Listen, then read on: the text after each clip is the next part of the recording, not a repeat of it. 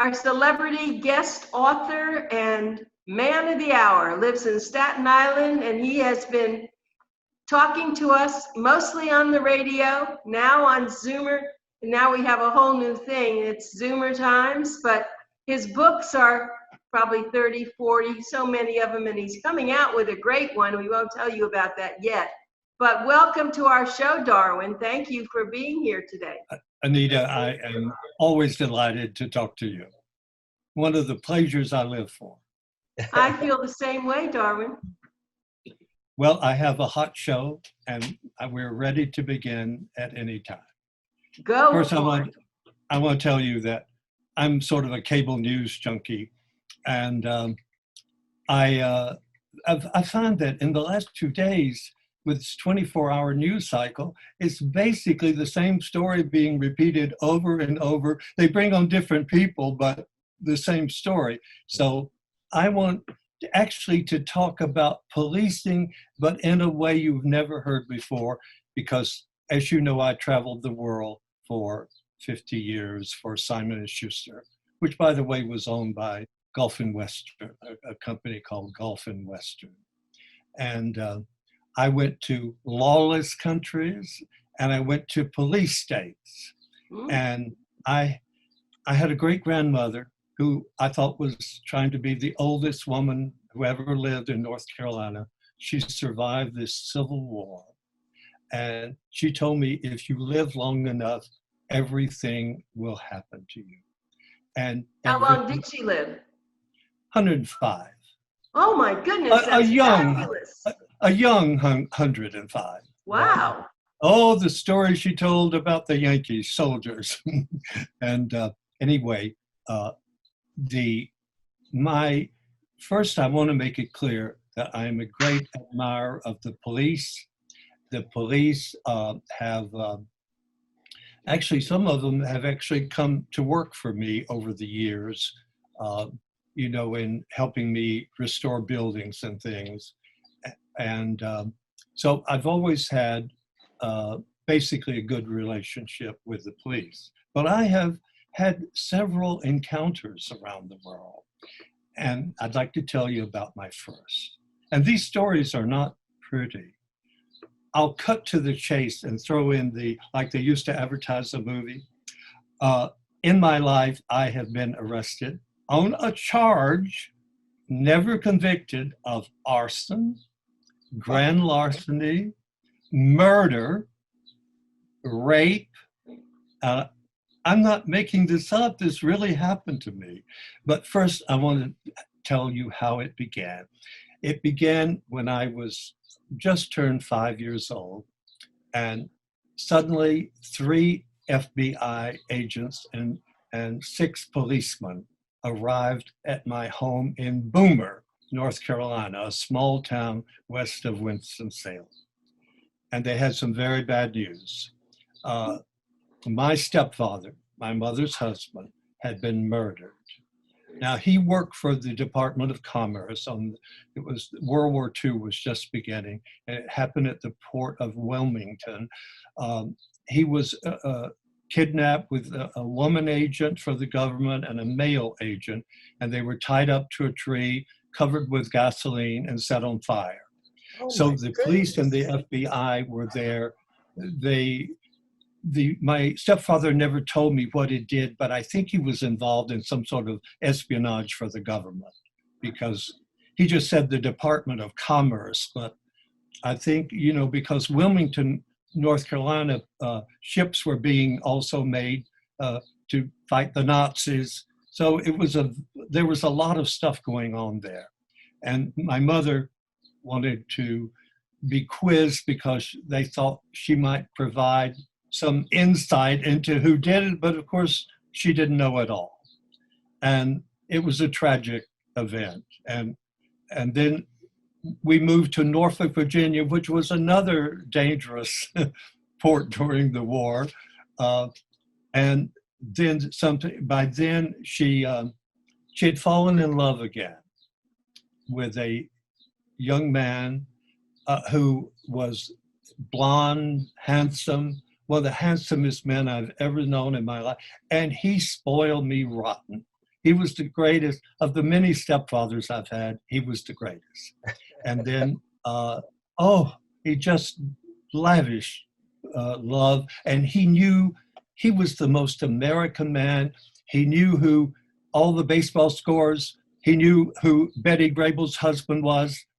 During the war in the Pacific, many Japanese who spoke English pretended to be in the bushes that they were really Americans because they spoke perfect English. And the American soldiers said, "Who is Betty Grable's husband?" And if they didn't know, they immediately shot them because everybody in the world in America knew who Betty Grable was married to Harry James, the family. And I'm not making that up. That's amazing. And then one night in Norfolk, my stepfather-to-be was in bed, I was in bed, and FBI agents and police broke down the door of our home and hauled him away in the middle of the night, and we never saw him ever again. Nor would they tell us. But here's what we found out later. He was a Nazi spy. In 1933, Hitler sent 133 Nazi spies, and they had been through an intensive course that they were more trained. They were beyond Americanized, if you know. They knew more about America than Americans did. Yeah, because you said he knew all the baseball players, he knew everything, and he was very blonde, you said, too. Yeah, I mean, he looked like from the Midwest. I mean, and as I said, in all my encounters with the police, this is the only time I attacked one of them. They were taking out the dream stepfather of my life. Right. And so I attacked my only time, and he was a big, burly 230-pounder, and he subdued a skinny little 5-year-old boy. And I never fought a police again, but I have carried that heartbreak all of my life. I'm not sure that I knew what a Nazi spy really was. Right. Later on, I learned a lot about that. Sure. Now, return to Boomer, grieve in pain, and lo and behold, I got arrested myself. I'm a 5-year-old, and I was arrested in a whorehouse. And here's what happened. Just a preface to it, I took Anne Bancroft to a resort called Woodburn, Chester's Resort in Woodburn in the Catskills. This was in her pre-Mel Brooks day. And on the way back into New York, we were talking about our childhood. And I said, do you know, when I was 5 years old, I was once arrested in a whorehouse. And she said, Darwin, if you ever write your autobiography, that should be the first line. Now tell me, how in the hell were you arrested in a whorehouse? And I said, well, I had this cousin named Paul, and he was sort of a wild boy, the stud of the county, if you know, and he got a new car for the first time, so he decided to take me around touring the Blue Ridge Mountains and everything. And it was getting late, and he took me he said, I'm going to visit a whorehouse. Now, I wasn't quite certain what a whorehouse was, but he went there. There were 9 girls in the living room, and he chose 2 of them, and I was left with all the rest. Well, they were wonderful to me. There was a big, fat, 400-pound woman called Sadie. To me, Sadie has always been, I hope no one named Sadie is listening, because that to me has always stood for a prostitute because of my early experience. But they were giving me candy bars. I felt like a king, or a prince, I should say. Then all of a sudden, the police burst in and raided the whorehouse. Oh, my and God. All the girls, including the madam, were arrested. And then the police took me. And I was placed in a squad car with the red dome light overhead flashing and driven all the way back to Boomer, where my mother was frantic. about, she didn't know what had happened to me. We didn't have cell phones in those days.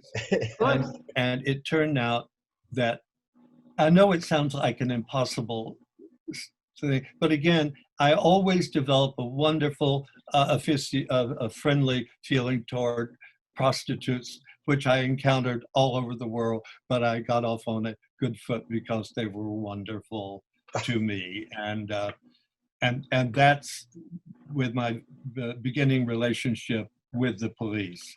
Now, Okay, but wait, I'm going to stop you because I have a question.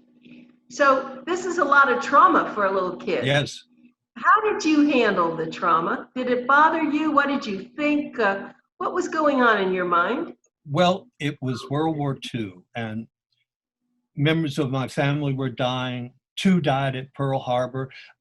At that time, I thought that was the way the world worked because I didn't know any other world. Mhm. And I thought, well, death, police arrest, FBI, of course, there's more coming. But I had a time of peace when I moved to Florida.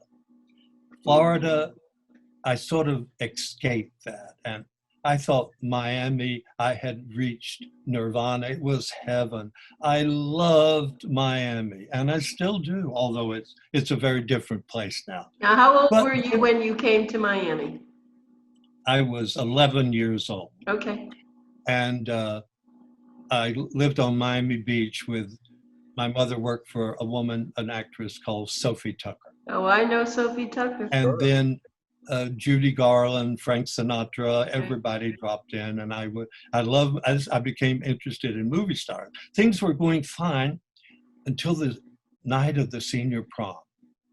And I dressed up in my tuxedo, and I got a date with one of the cheerleaders. Her name was Carol. We had her picture taken. I still have the picture. And now, in those days, we were more Pat Boone types. We had punch, but it was not spot with gin. It was real punch, meaning I was not drunk. And I was living by myself. My mother had married again for a very nice man in Oregon, but I didn't want to go to Oregon. I wanted to stay in Miami. So he bought me a home on Southwest 3rd Street, a 3-bedroom home with a lovely garden. So I was living there by myself. Of course, I had my friends over all the time, but it was 2 o'clock. I parked in front of the house and started walking up. And then all of a sudden, a squad car came up and they tackled me.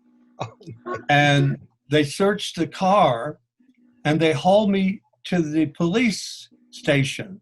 Now, at this time, they didn't tell me why they were arresting me.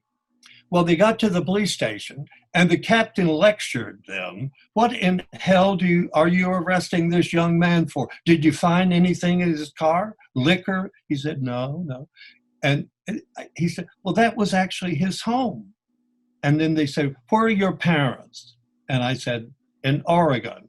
He said, so you're living there, but it is your home. Well, there's no law against a 17-year-old living in his home without supervision. There's no law about that. So he said, let this boy go. So I went. And that was, as I said, remember, years went by and I didn't have any encounter with the police. Now, wait, let's go back to that. Now, were the police nice to you when they picked you up? I mean, No, they tackled me. Oh my gosh. And then they didn't explain to you anything. No. Well, I did. The captain said there had been a lot of robberies on there's a place called Southwest 3rd Street, I think, in Near Carl Way. It's near Carl Way. Yeah, and Yep. apparently I was the only one stirring at that time of night. Of course, Oh, boy. most robberies are not with men wearing tuxedos coming from the senior prom. And then there was a cool period again until I never had any encounter with the police other than covering a police beat or something.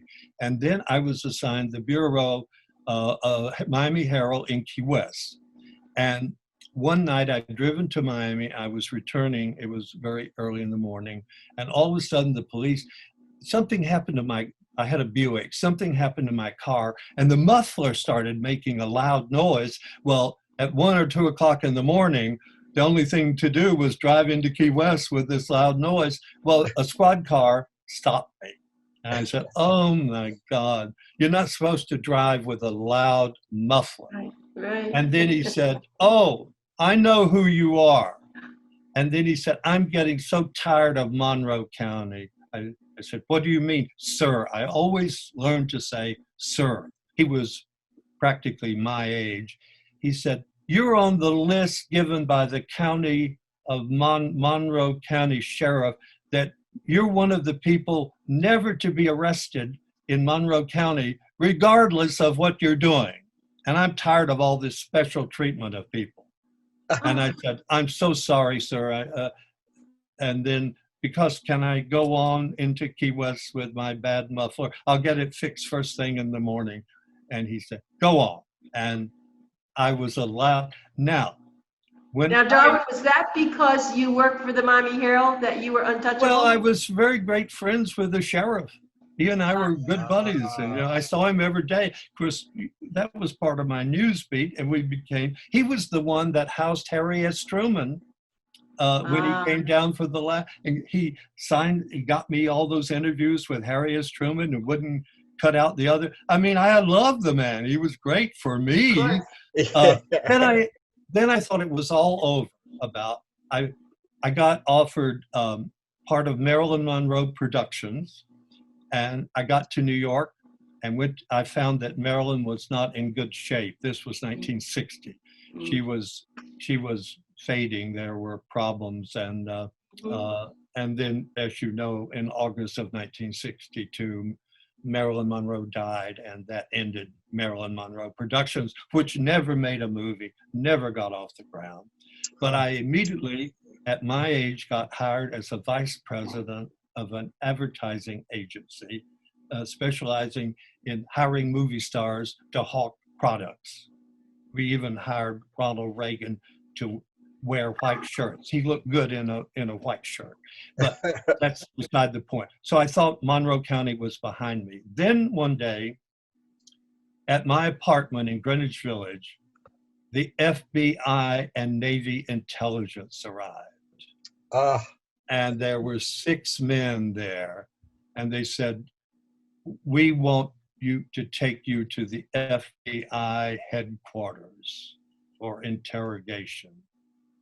And I thought, oh God, what have I done? I thought I escaped Florida. What have I done?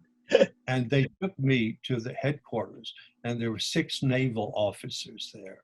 Did you get to have a lawyer? No. They said, you had a party at your home in Key West. I rented a place on the beach in Key West. And they said, we want to talk to you about that party. And I said, I know the occasion. It was my barber and his wife. He was a wonderful man. He asked to use my home to have a party of his own. And I said, I wanted to be there, but the mayor of Key West and his wife invited me to a special dinner for Senator George Smathers. And of course, I wanted to attend that. I used to work for Smathers. That's how I met him. And he was the best friend of a man, your mother may remember him, named John F. Kennedy. No, I remember Smathers with Kennedy. Yep, that was a big thing. He was the best friend of Mr. Kennedy. Yes. Yes. And so I said, I can't tell you what happened at the party.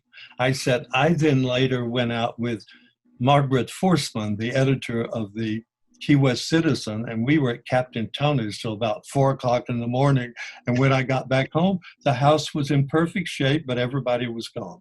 He said, well, a man who is about to be named Admiral of Key West, apparently at this party at your home, he took 2 sailors into your bedroom and seduced them.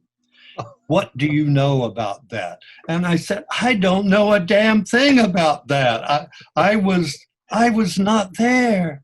Yeah. I don't know. I don't know. I don't even know the people who attended the party. And they finally decided I wouldn't be of much help in exposing the would-be admiral. I see. So, okay, that was the gay thing. They thought they were catching the admiral, huh? Yes, and he never did become admiral, but Ah, okay, I was not the one who derailed him. good. And then, I mean, I hope this is interesting you. It's just It so. is because I don't have any police stories except one. When I was my car was totaled and I was in the emergency room. I was fine. I didn't get hurt. And a very tall, I guess we can say black nowadays, black policeman started asking me questions that weren't right. He kept saying, they said that it was your fault. I said, no, I never said that. And he said, did you see butterflies before this? I said, are you kidding? I was very angry with him. I didn't think he was very nice. That was the only time that I really can remember something that wasn't very nice. By the way, we're running out of time. I expended too much time on these minor offenses. I'm missing the murder and the rape and the grand larceny. And Yeah, you better do it. but those things happen real quick. Actually, many international things happen. Just stories around the world you will not believe. But I have to explain myself. I can't leave you thinking I was a murderer or rapist. I always knew you were. I drove in to deliver a manuscript of Frommer's Portugal to an editor, freelance editor at a hotel. I parked my car on the street in New York, and I was in the building no longer than 10 minutes, and I came out, and my car was stolen. And within 10 minutes, it was stolen. This was during the high crime thing. I reported it stolen right away. Thank God I did. The next day, 2 policemen and an FBI agent arrived on Staten Island to arrest me on a charge of rape. A woman had taken down she was a quick thinking woman. She saw, actually it turned out to be 2 Puerto Rican boys who were like 14 and 15, and they grabbed a young girl, hauled her into my car and drove her into Jersey, and she was raped. And then when I got to the police, began to examine the evidence, I said, I'm a late middle-aged man. I don't look like a young Puerto Rican rapist, do I? And they said, but it was your car. Of course, right. The end of the car story, the boys couldn't drive very well, and they drove the car through a store window in Jersey City, and the owner sued me for $1 million for damages because it was my car. That handled the rape. I got cleared of the rape charge. But Goodness. I hope I have time for the murder. You charge. do. Yes. Okay. We have 10 minutes. Oh, good. I was in England at the time. I had enough trouble there. I also went to Scotland, and I went to this little island off the shore. They have many offshore islands. It was linked to the mainland only by a bridge. I was going around checking out all the hotels. I did a book called Frommer Scotland. Well, this was the time of Irish terrorism, and someone reported me to the police, and that I was casing the island as probably going to plant bombs. So they were waiting there knowing I would have to take the bridge back to the mainland. And lo and behold, just as I did, they descended on me and hauled me down on a suspicion of terrorism.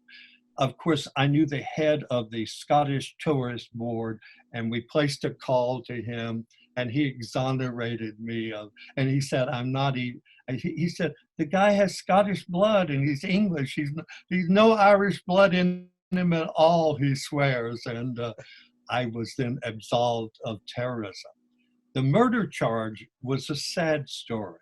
When I returned to Staten Island, I had 3 rental buildings in those days, and I was gone all the time. I had an agent who rented the apartments. Now, here's a tragic story. One was rented to a young man from the Dominican Republic.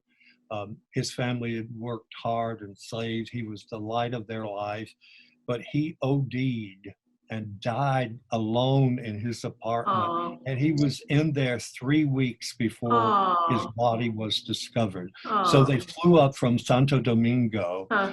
and it's like they had to blame someone. So they went to police and charged me with the murder of their son. And they Darwin. at least hauled me in for an investigation. Of course, I had my passport. I proved that I certainly wasn't supplying drugs. I mean, I was in the British Isles at the time, but they questioned me about anything. I didn't even know the young man. I mean, it's just another thing of, I began to be a little terrified of the police I'm sure. knocking on my door. I felt sorry. I mean, of course, I was not charged. I didn't murder the boy, but I actually felt sorry for the parents. They just had to have somebody. Mhm. They wanted revenge, and they had to have somebody. And but then on the arson thing, I had 3 buildings burned on Staten Island.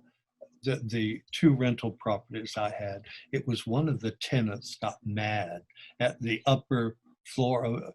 Fortunately, it was midday and no one was in the buildings. So the young man, he was about 12 years old, he threw gasoline. These were 2 wooden buildings, and then lit them on fire.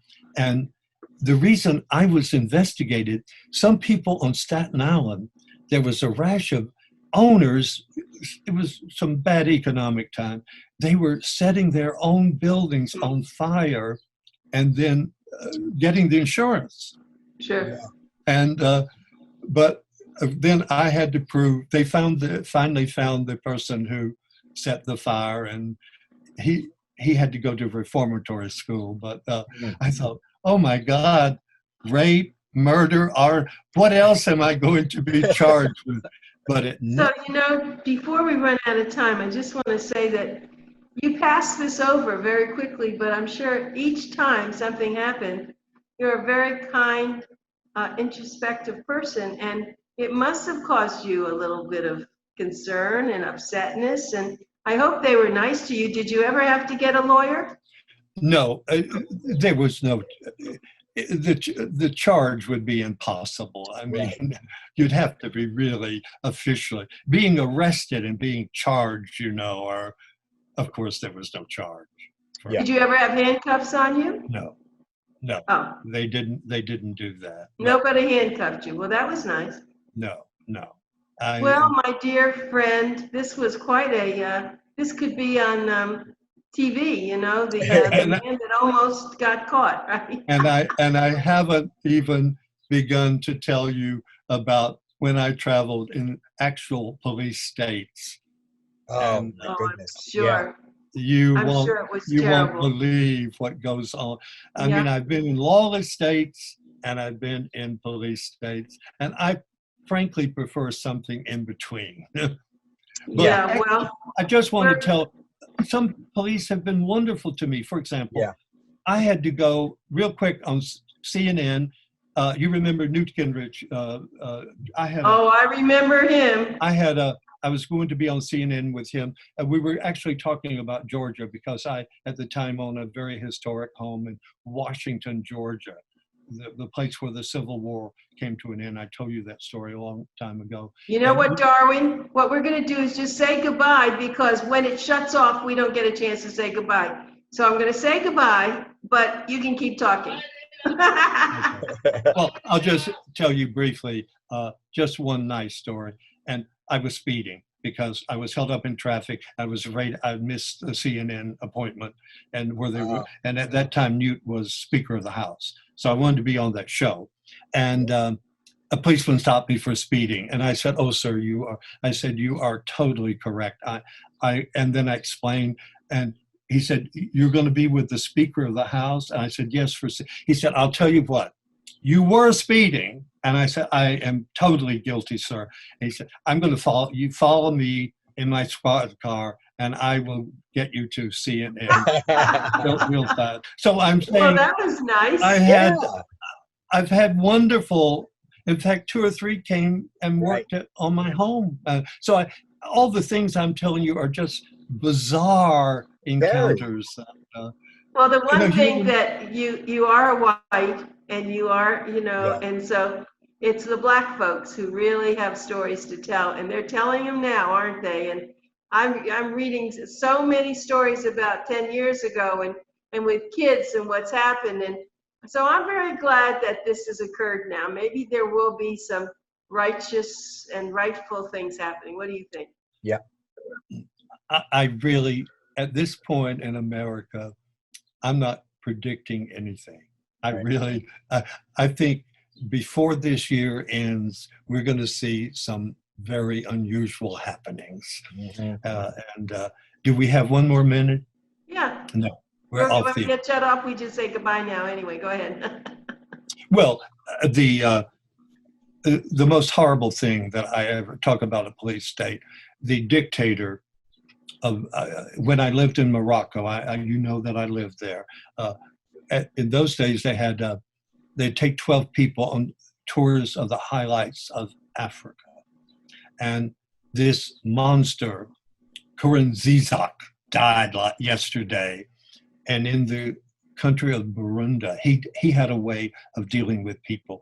He had 300,000 of his citizens who opposed him rounded up and butchered, and he had 400,000 escape to the neighboring countries like Tanzania, and they would have been butchered too. Yeah. And so I have, on that tour, I saw, well, it was genocide. I mean, of course, we know Hitler, there were little mini Hitlers around the world too, you know that.